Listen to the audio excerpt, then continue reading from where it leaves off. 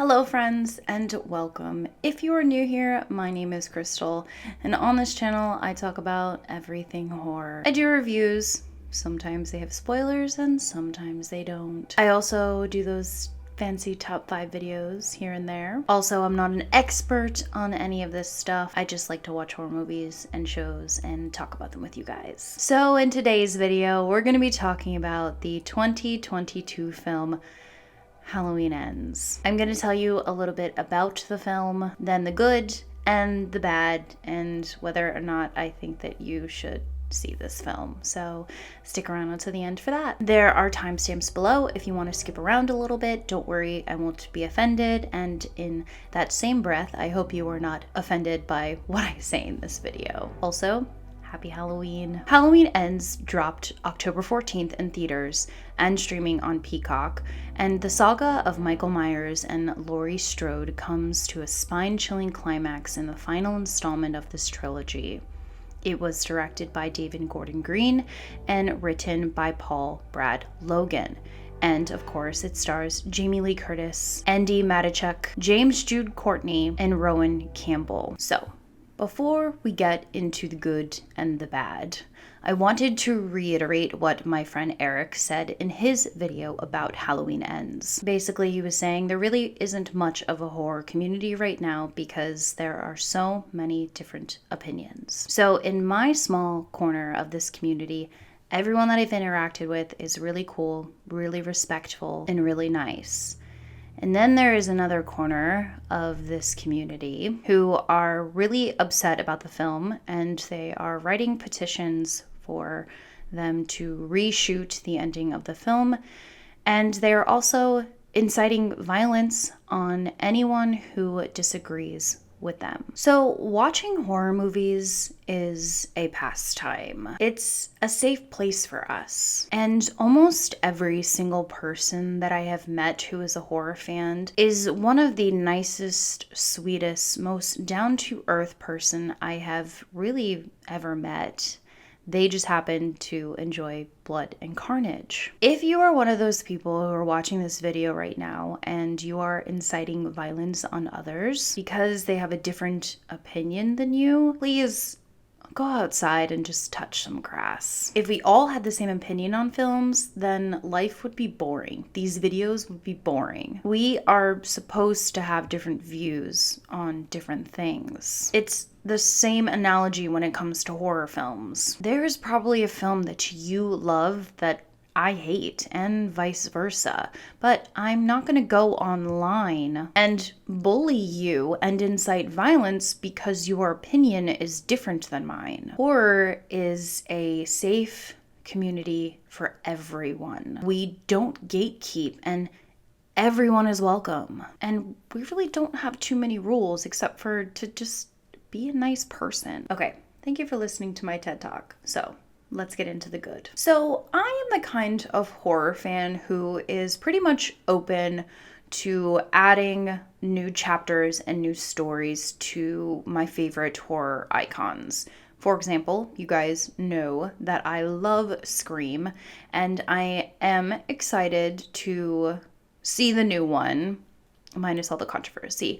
But at the end of the day, it's just a really cool way to see Ghostface on the big screen again. I will always watch something new in that universe, just like I did last week when I talked about Hellraiser. I will be honest though, I wasn't over the moon excited about seeing Halloween Ends. I feel like there was a lot of marketing around it, which is a good and a bad thing. But I guess for me, I'm gonna watch the film regardless of whether Instagram tells me to watch it. So I liked some of the atmosphere of the film.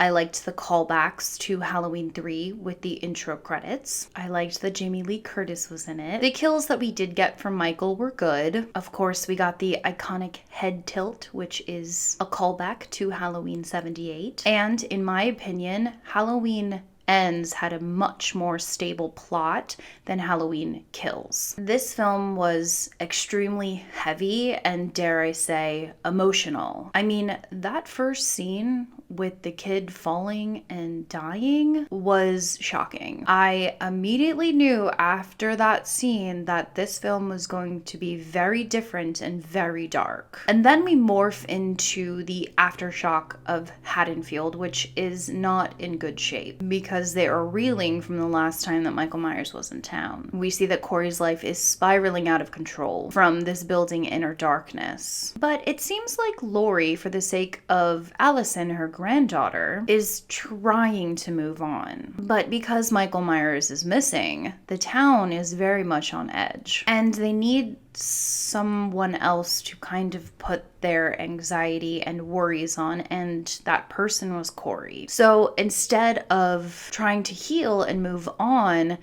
they put their energy into terrorizing Corey for a horrible mistake that he made at the beginning of the film. I think what I also found, dare I say, intriguing about the film is that Corey, our lead character that we follow throughout the film, he's not a good person. We are so used to the main character being a good person, like Laurie Strode. She was an innocent babysitter turned final girl badass, and now the attention is on Corey, who is, dare I say again, a reincarnation of Michael Myers. And Corey's story is very sad. He had hopes and dreams before that tragic night, and it was all taken away from him. We also saw that he had a very abusive and overbearing mother, and it looked like his father was doing the best that he could for his son, but also really wanting nothing to do with him and like keeping him at arm's length. I thought it was interesting how Corey embraced his dark intentions because we are so used to our main character doing the complete opposite, doing the right thing, going towards light instead of the dark. I also wanted to mention that that parking lot scene was not what I was expecting. It was a very vulnerable scene for Laurie. And a lot of the times you don't really see the after effects of Michael's brutal slayings. We can see maybe the immediate effect, but we don't see the effects years down the road. And we are met with it full in the face, just like Laurie was.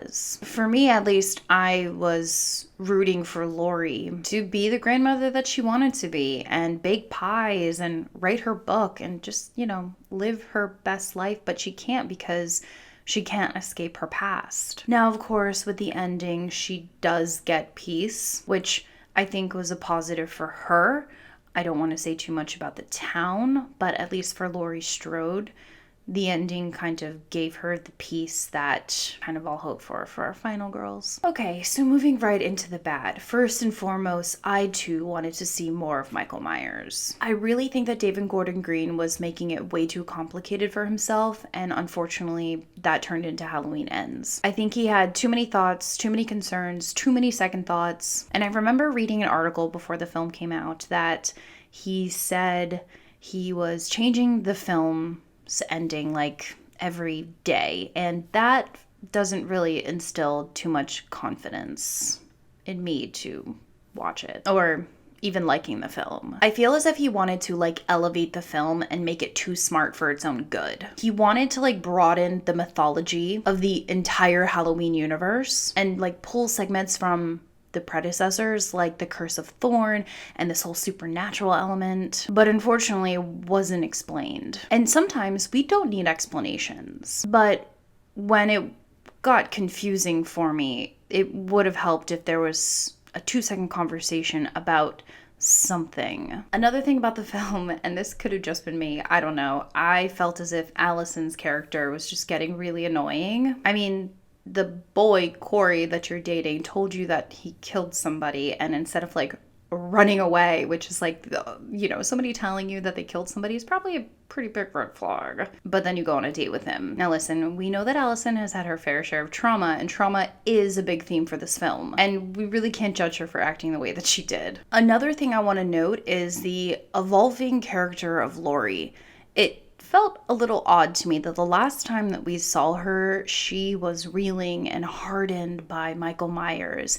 And then we're introduced to her like writing a book and baking pies. And I know I said that I wanted this for her, but I kind of wish there was like something in between. Like, we didn't really get a lot of remorse for her daughter Karen. I mean, she could have just had like a 2-minute conversation with Allison or somebody in the town about how she was moving on and, you know, wanting to do better for herself, but we kind of just didn't get that, so it felt very disconnected. Another thing I want to say is I think if the storyline was a completely different film, like removed from the Halloween universe, it would have had a better chance with the audience. A young adult makes a mistake. We follow on his journey on how he becomes a psychopath. Now, I did read somewhere that the film was almost as if this would be who Michael Myers could have been if he was a teenager. Like, Corey is who Michael would be and what he looked like if he hadn't killed his sister on Halloween night. It's an interesting take on it, but also I feel like it's maybe a little bit disconnected to the whole lore of Michael Myers.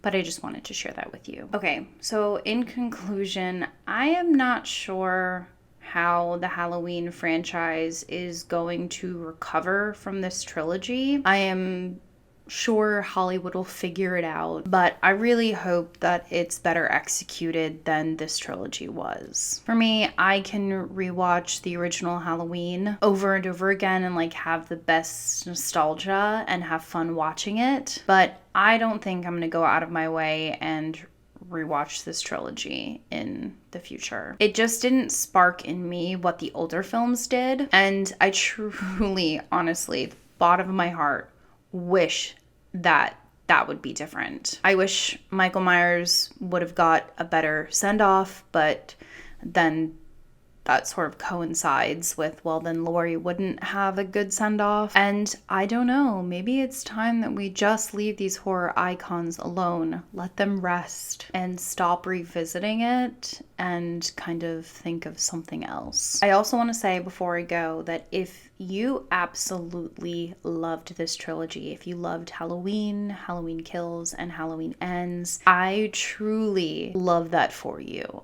I think it is important that there are fans out there who absolutely love this trilogy. And it doesn't make you any less of a horror fan if you liked the films. And it doesn't make me any more of a horror fan because I didn't like them. I was also reading an article yesterday that David Gordon Green is doing a reboot legacy series of The Exorcist, and I'm really hoping that he does a better job with that than he did with this Halloween. I feel like I have so much more that I could say about this film, but I think I covered it all. So let me know down in the comments what you thought about this film, and tell me what you think about the trilogy as a whole. And remember to be nice to me in the comments and be nice to each other in the comments as well. Alright friends, that's gonna be it for me and this video. I have an entire playlist dedicated to horror movie reviews and shows in the description box below. Thanks so much for watching, especially if you made it this far. You can follow me on my social media if you want, and I will see you guys soon. And once again, happy Halloween.